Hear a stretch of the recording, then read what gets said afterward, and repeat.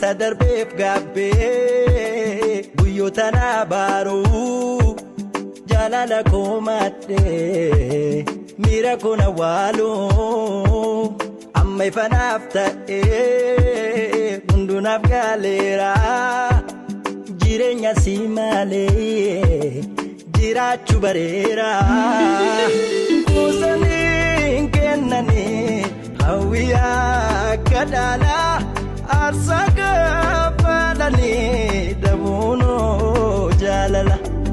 akka wiikeessa koo ewanti yasuma amma gaaruu addaam keetu lama maaree dangaa qabaa barmiidhamne